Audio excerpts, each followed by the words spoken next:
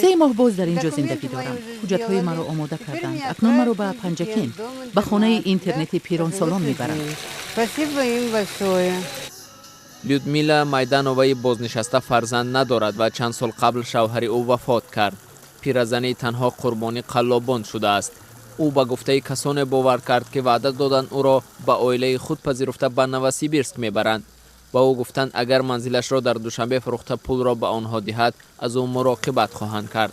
مایدانووا خانه‌اش را فروخته به روسیه رفته است، اما در نوسیبیرسک پیوندان نو با او روی خوش ندادند. تنها با کمک سفارت تاجیکستان وی به وطن برگشته است. ماهی 11 است که سفارت روسیه به داد من نمیرسد. چگونه آنها نمیتوانند مکان تولد مرا معین کنند؟ مگر آنها نمیتوانند به من شناسنامه یا یگان حجت دیگر دهند که به خانه پیران سالان انتقال شوم؟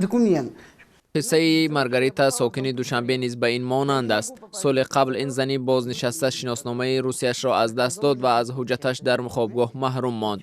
همکنون 11 ماه باز در مرکزی کمک به معیوبان پایتخت زندگی میکند. هرچند از روی قاعده برجاماندگان در اینجا تا نیم سال باید به سر برند تا زمانی که حجت‌های آنها آماده شده به دیگر خانه اینترنت ها منتقل شوند، اما مارگاریتا را بدون شناسنامه به اینترنت انتقال داده نمیتوانند. سفارت روسیه برای برقرار کردن شناسنامه او شتاب نمی کند، هرچند بارها وعده داده بود این کار را انجام می دهد.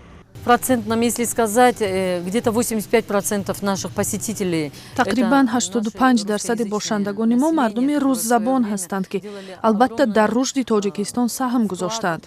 در حال حاضر فرزندان بسیارشان آنها را پرتافته به روسیه رفتند و نمیخواهند آنها را با خود بگیرند.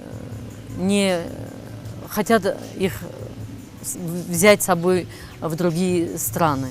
بجز از 25 باشنده باز حدود 80 بازنشسته و معیوب به این مرکز می آیند. آنها به فرق از لیودمیلا و مارگاریتا در پایتخت تاجیکستان منزل خود را دارند، اما به تنهایی از خود مراقبت کردن نمی توانند.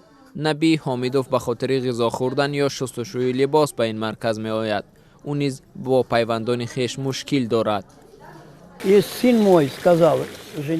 پسری من به زوجم گفته است که اگر به من خوراک دهد او را نیز از خانه میراند. مرا 2-3 دفعه لطوکوب کرد تا که از خانه برآمده روم.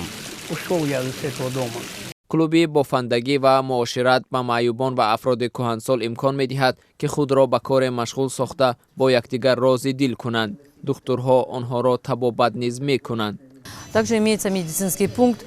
در ما بنگاه طبی وجود دارد که با همه گونه داروار و تجهیزات EKG تامین است. در حالت ضرورت الکتروکاردیوگرام را گرفته برای مشورت با دکتران دیگر می‌فرستیم. در این مرکز به کهنسالان اینچنین روانشناسان و حقوقشناسان نیز کمک می‌کنند.